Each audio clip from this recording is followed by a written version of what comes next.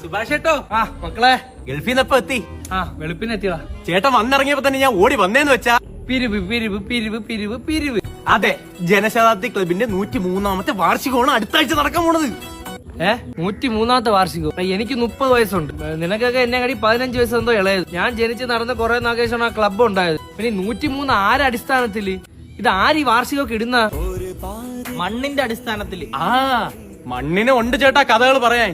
എങ്ങനെയും ആൾക്കാരെ അങ്ങ് പറ്റിക്കണം. നാണമില്ലേടാ? വെറുതെ പൈസ നോക്കി ഞാൻ തരാം. ഈ നാട്ടിലെ വീട് കയറി പൈസ ഉണ്ടാക്കി നിനക്ക് എന്ത് കിട്ടുന്നു? ചേട്ടൻ പറഞ്ഞ എല്ലാ സത്യവും. പക്ഷെ ഈ നാട്ടില് ജോലിക്ക് പോകാത്ത ഞങ്ങളുള്ള ഇവിടുത്തെ പല കാര്യങ്ങളും നടന്നു പോണം.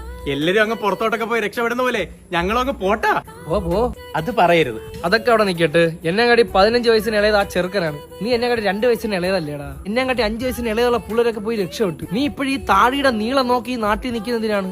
നിനക്കൊരു തൊഴിലെടുത്ത് ജീവിച്ചുകൂടി? നാളെ ഒരു 50 രൂപ തരായില്ലെങ്കിൽ അതങ്ങ് പറഞ്ഞാൽ മതി.